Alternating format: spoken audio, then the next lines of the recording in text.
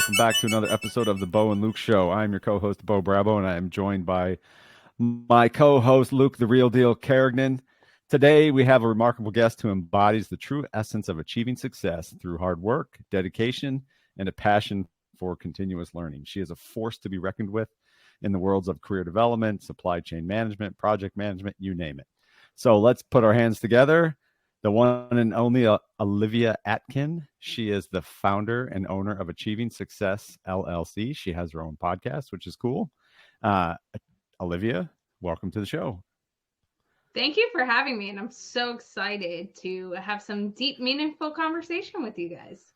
Super cool. So are we. So is the audience. So with that, you have an impressive background, diverse experience. We're talking even experience in professional sports. What inspired you to launch Achieving Success and host your own podcast? So for me, it all started when I was approached to write a book on career development. I was working for Lockheed Martin at the time. I was an adjunct professor for my alma mater, Quinnipiac University, teaching career development. And I was running a few non-for-profits, business organizations about career growth in different industries such as supply chain, Greek life overall. And I was approached to write a book on it because they had heard me speak. And with my background, with either a major or a minor or certification in every business area, they're like, okay, you've been through it, you get it. As you said, I also worked in many different industries, including sports. So I wrote the book, and the book was supposed to be due. I had about 6 months to write it. I ended up writing it in 2 weeks. It was published within 3 months. And at the end of it, we released the book July 2022. My project manager got on a Zoom call with me, and she's like, we are captivated every time you tell us about a story or you being able to connect with anyone. We really think you should do a podcast. And in my head, I was like, how am I going to do this? Like, I have so many things going on. And actually, my reaction was, I wrote the book in 2 weeks, but I do have a lot going on. Yeah. Like, I do have a lot. And so I said to her, not wanting to say no to any opportunity and wanting to hear something out, I said, well, do you have a podcast division? She goes, oh, no, we just think you should do it. And I was like, okay, how is that going to work? What is it going to look like? And I was like, you know what? Thank you for bringing the idea to me. But at this point, yeah, it's a hard no. And fast forward to September, I decided I wasn't going to be teaching. This idea that a lot of people have come to me over the years, no matter the industry I was in, no matter the individual I was helping on their career growth, whether it was just like giving words of advice or helping with a resume, everyone always had this idea of what, once they got to that next step, what the next step was going to look like. And what, once they got to a certain point, they were going to hit success. And I was hearing these themes. So I revisited the idea of a podcast, which ended up taking off, and we dropped our first episode November 1st, 2022, at the same time we launched our business. But it was really about helping individuals understand two things, especially with the podcast Achieving Success LLC, that everyone has a journey, everyone has a path, and nobody's idea of success is always the same. And it's okay for that idea of what you want, where you want to be going, what success looks like to you, can shift. It can look very different depending on where you are in your life. So with the podcast, it's really about diving into people's stories, giving you the ability to connect with someone on different levels. And then with the overall business, it's helping you achieve those goals. And that's why it's called Achieving Success. I love it. Yep. Yes. Olivia, how much of success what percentage would you say is solely reliant on mindset? I would say about 90. I shouldn't say 90%, but I would go probably with 85%, because here's the thing. At the end of the day, we all need to put in the work. And I think in today's world, we're so used to the instant gratification with social media, or as I say, the A-list moments everyone posts about, right? Mhm. Not everyone wants to post about those B or C-list moments that are happening in our lives. But you have to put in the work, and you have to be able to dive into it and learn and really put the time in. But you can be putting that time in and have your mindset alter in a way where you end up being your worst enemy. You know, in a few weeks on August 19th, 2023, I'll be doing a TEDx talk. And my TEDx talk is literally, it's going to be called Defeating Your Worst Enemy, You. And it talks about your, you know, no matter what your achieving success goal might be or what that looks like in the moment, we can all become our worst enemy, and we have to defeat that worst enemy to then conquer our goal. So your mindset and how you look at things and perceive things can end up really elevating you to that next step, or really putting you behind the 8 ball. 100%. 100% Luke, it can. do you both know who David Goggins is? You Can't of Hurt Me, course. his book. He would have said what Olivia just said with a whole bunch of expletives, right? Yeah, bunch of F-bombs. Yes. A bunch of F-bombs. Look at yourself in the mirror and use F-bombs against yourself, right? But I think the essence is spot on, Olivia, with what you're talking about. Yeah, you got to defeat yourself. And I like that you talk to folks and that you spread the message of success is different for every person, all depending on how they see success. And if you look at somebody else, you know, Luke and I talked to a lot of people on this podcast.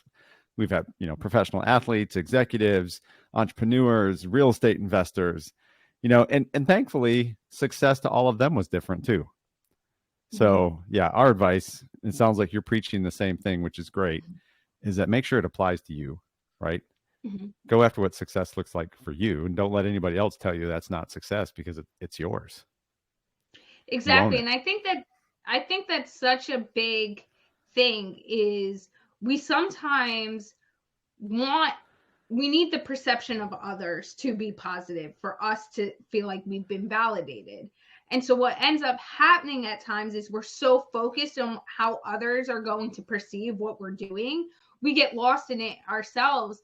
And that it goes hand in hand, I think, with an example I use sometimes of me and my business. And, you know, I wouldn't have necessarily thought a year ago I would have been starting my own business and leaving corporate. You know, in the TED Talk, I talk, and in talks that I've given, I talk about, you know, if you thought when I was in college, if you told me I wasn't going to be working in professional sports my whole career, I would have laughed. If you told me I wasn't then going to be working in supply chain the rest of my career, I would have laughed. But at the moment in time, I was able to find how all my passions fit together and give back. But I think it also plays into, sometimes you have to have others be the mirror you're not seeing in the moment. So whether that's positive or negative, you know, when I started achieving success in the coaching speaking division, I was only focused within the coaching side of team development, helping new business owners reach their goals or create processes and procedures, and those individuals with resume building, career goal path, and that end of it. And my podcast became the top 10% most listened to podcast within 19 weeks. We're currently in 20 countries, and it continues to grow. And I started hearing in different environments, what's the secret sauce? Like, I have a podcast, or I want to do a podcast. What's the secret?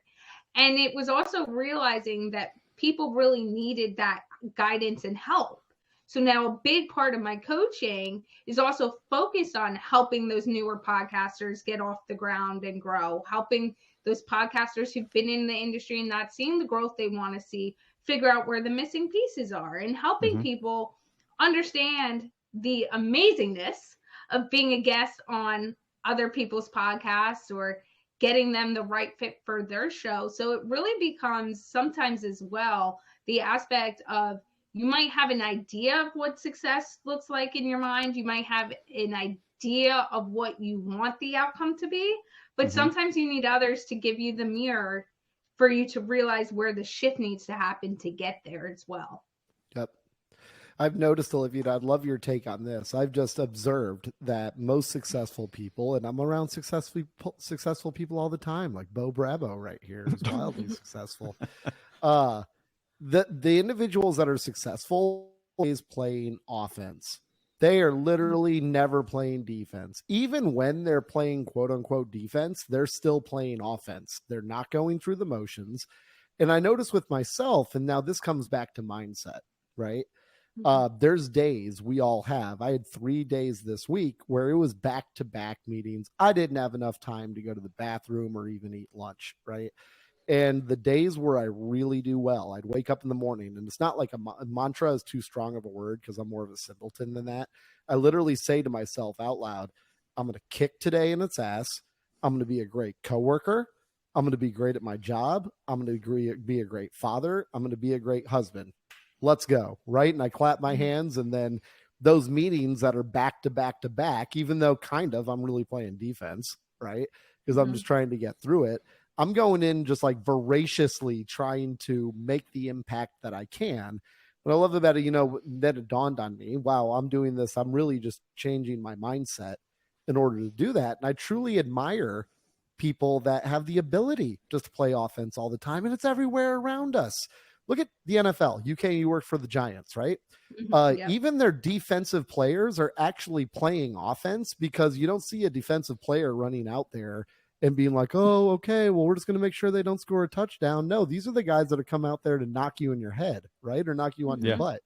The American soldiers, Bo, on your right shoulder, the American flag looks like it's pointing backwards. Why? Because you are never retreating. You're running forwards, and that flag is blowing in the wind. It's the right shoulder, right? Yeah. Okay. So I'm just thinking, like, it's all around me. Do you notice that like, is that a trait, that there's a correlation between mindset and playing offense all the time as opposed to just being defensive? Because I feel like the people that aren't successful are the ones that are just like, oh, I'm just going to handle what comes my way, I definitely agree with that. And I think if we look at it, for example, in the terms of sports or anything really, it's the mindset as well. As over time in anything we do, it becomes a habit. So now we're in that focus, but also the fact that it's when you play offense, you're figuring out how something can affect and how you're going to have to shift. It's that idea of, with all the information in front of you, what is the best and fastest decision you can make? Because a lot of times we have to, especially as leaders in environments, or trying to make an impact or make any decision, you can only make the decision with the information that's placed in front of you. So you have to quickly be able to identify what are the things in front of you, what is all the information, and what's the best choice out of that information. So I think when you look at, different players, even those defenses, they've trained their mindset to understand their surrounding. And I think that's a big part of, achieving your different success goals and not getting burnt out in anything, is identifying what your day is going to look like, where your strengths are during the day, what might you need to do to get your pickup. When I have those meetings back to back, and I have some days where it's 8 hours of meetings straight through, I know that I have to identify before I go into my day of meetings, what are the key takeaways I need from these meetings? So we stay focused. We're getting things done. If I can give time back to other individuals, we get the time back. Also, what are my pick-me-ups? I'm a Coca-Cola girl through and through. Coke heavy too. Yes. Yeah. So like for me, I know I need my soda next to me. I know that, to keep pushing through as I'm getting drained, that soda's going to be there and I'm going to be able to pop up. So it's just identifying all those little things and being self-aware. I think emotional intelligence is also such a big part of it, that when individuals start to understand emotional intelligence, not just about themselves, but about the people in front of them, and they're able to read it and comprehend it, that's where you see the difference between some individuals and how quickly they're able to move. That's the truth. That's the truth. Now, now let's take it a step further for our listeners. How can they turn mindset into a daily habit? Do you have any like tips and tricks that they can use? Yeah. Just to, obviously one day at a time, right? I'll get us started off with that. It's definitely the one day at a time. It's, like I said, not getting in your own way. It's identifying and sometimes taking a step back from the stress and going, okay, now I'm feeling overwhelmed. Why am I feeling overwhelmed? Identifying those things, and sometimes even asking yourself, okay, if I was a third person, right? If I was Luke, if I was Bo, and Olivia, and I was the one freaking out, would Olivia tell me, okay, what would she say in this moment? Yes, you have every right to feel that way, but you might be putting some pressure more on yourself. Or are you going, oh no, like I'm totally valid. This is a normal reaction. When you ask yourself that as a third person, you start to take a step back and take the emotion out of it. So sometimes a good step in making those habits and creating that mindset is the need to take the emotional side out of it, because throughout our day, we can also have difficult conversations that need to be had. And depending on your, level with connecting with people or that relationship you might have, it might be really difficult, but those conversations are so needed.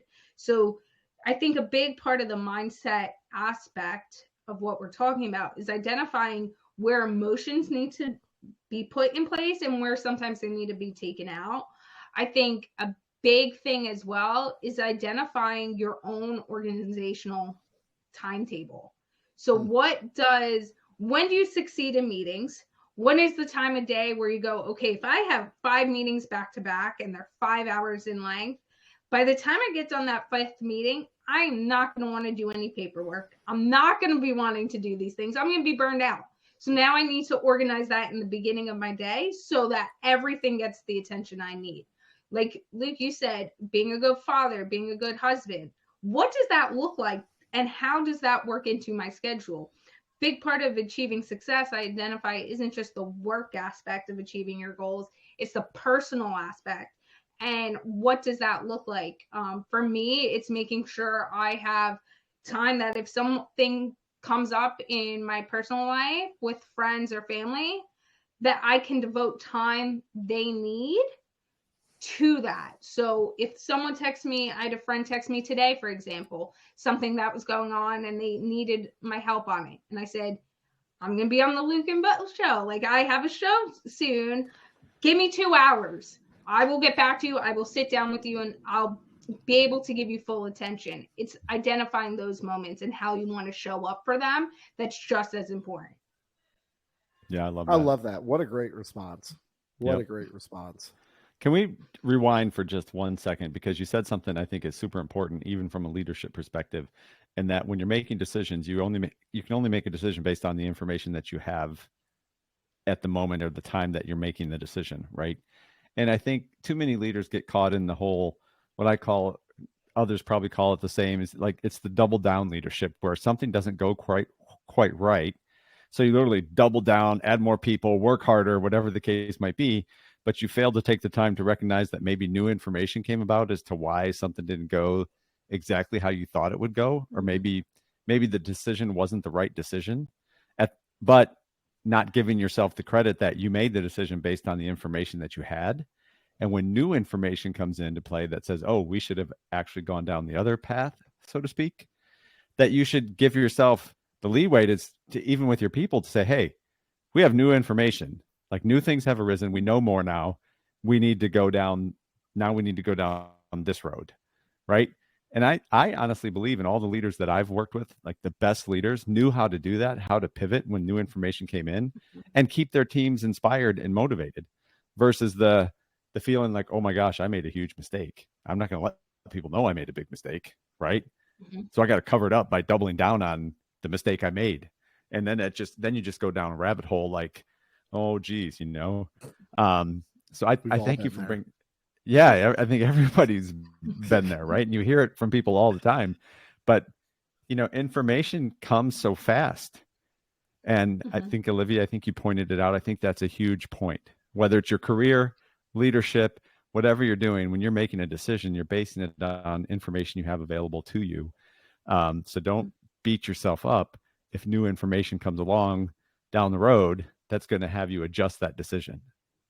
And I think there's such an, I love that you took that away, because I think that is so important for people to understand that things can change, right? Nothing remains constant for life. So even within 20 minutes, if you, for example, get a report with new information, an email, you know, something happens in someone's life that makes you change a perspective, it can alter the way you do things, and that's okay. And I think as humans, it's so important to identify that we're all trying our best. As long as you can try your best, that's important. But I think the other part of it is giving yourself grace and understanding that, listen, I made that decision. I have to own it.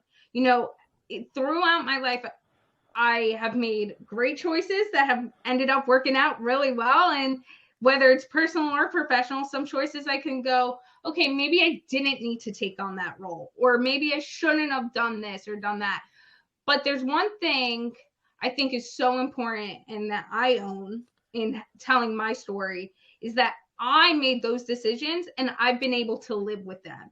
As long as at the end of the day, you can live with the choices you made and keep moving forward and understand that you made those and stand by the decisions you made, that's all that matters. And I think as well, as a leader, whether that's a leader within your friend group, a leader in the moment in time in work, when you show that you got new information, your perspective on something might have changed, you're open to having the conversation and hearing someone else out, it shows that you're authentically learning and growing as well. Yeah. And that in turn creates the safe space for others to feel like they can own when their thought process might change, they make a mistake. So it's all part of, as I say, not just talking the talk, but walking the walk. As a leader, you have to be able to walk it as well and lead by example. Yep. Luke, I think it was Mike Barger, one of the co-founders of JetBlue Airways, when we had him on the show, and he's been on several times. We were talking about the decision making and with leadership, and I also loved how he put it when he's talking to folks, is that you make it, leaders, anybody, you make a decision, and then you have a set of expected results that are going to come from that decision. Well, when you don't get those expected results, it doesn't automatically mean that you made the wrong decision, right? So he sees a lot of people beat themselves up because you made a decision and you didn't get the results from that decision that you were expecting. So they think they made the wrong decision. And then, people go in then to like really examining the wrong things about the decision. Don't lead yourself down the path that if you don't get the results you were looking for, that automatically you made the wrong choice, because that might not be the case. Well said. I thought that was great. I think that's really well said, as well as it, every journey, whether in the moment of hitting that goal, the goal or whatever it might be, you go, wait, this wasn't the outcome I wanted, or we need to now change our direction. It taught you a lot of things you might have not known when you started the process that will play into a role in other aspects of what you will be doing, maybe not right in this moment in time, but even how you look or work on projects down the road. And I think that kind of brings us full circle back to, achieving success in career development, right? And people beating themselves up like, man, why did I join this company? Well, when you were making the choice to join that company, you had only so much information that you knew about that company, right? And it might have been limited about the company in general, probably very little potentially about the people in the company, right? But it doesn't mean that joining that company and that everything you learned while you were in that company, that you made the wrong choice, right? So don't, you see people beat themselves up all the time, like, man, why did I ever join this place? Like, well, that doesn't mean you made the wrong choice. It just means things have evolved and changed and you've learned new things and maybe your values aren't aligned and you figure all that out 2-3 years down the road. That's okay. Right? Adjust course. Talk to Olivia. Find out a new path. Find out how to go through that, right? How to adjust. Yeah. And that's the big thing too, I have so many people asking me different questions about, working in professional sports or them working in supply chain. I sit on the International Committee for Young Professionals for the Association of Supply Chain Management in the state of Connecticut. I run their chapter. So I get a lot of conversations about what it's like, what, does it entail, and this feeling of, oh, I have to stay in it. I've committed so much time to what I'm doing. I have to just do it. And yeah, there are some times where you're like, okay, I need to see a project through or a goal through. I've made it this far. I need to do it for myself. There's other times where our own perception or what we think people, again, will perceive us as if we leave an organization or we leave an opportunity on the table, or we walk away from a friendship, what that says about us, how others are going to perceive it. But we have to also realize that sometimes it can be way worse to stay in something just because we feel like we have to, than staying and walking away. And sometimes walking away, there's going to be that different opportunity. There's going to be, a healthier environment for you. You never know. So sometimes taking that chance and saying, okay, or even taking a step further with the career development of saying, this is what I want to be doing. These are the different pieces on what I want to be doing. What can I be doing now that if an opportunity like that presents itself, I will be fully prepared to say, yes, I'm going to take that opportunity by bullhorns and, keep pushing through. Yeah, that's fantastic. Luke, this has been fantastic. Just as I hoped it I've would learned have a been. ton. Yeah, jam-packed, awesome advice. I think everybody listening, you're going to have to pause and rewind, pause and rewind, pause and rewind. Yes. Make sure you're taking all the notes for sure. Well, Olivia, this has been great. Thank you for joining us. We always give our guests an opportunity to basically say whatever you want to say here at the end. Plug your book, plug your coaching program, and by all means, tell people how they can get in touch with you. We will put all of that information in the show notes as well so people can find you. Yeah, take it away. Well, thank you both for having me on your show again. I want to start off by saying that because it has been very fun. You can find my book, Achieving Success in Career Development, on Amazon, on my website, which is achieving-success.com. You can find the podcast, Achieving Success with Olivia Atkin, on any platform you listen to podcasts, including YouTube. You can see it on our website and listen to it on our website as well. You can reach out to me. We have Achieving Success platforms on every social media outlet, but you can also reach out to me, Olivia Atkin, on LinkedIn, or email me at olivia.atkin@achieving-success.com. I do personally answer every message on social media, every email that comes through. So I will look for it and I will respond. Awesome. Thank you. That is fantastic. Yeah. Luke, any parting thoughts? It's been very refreshing having you on here, Olivia. So thank you so much. And you're always welcome back.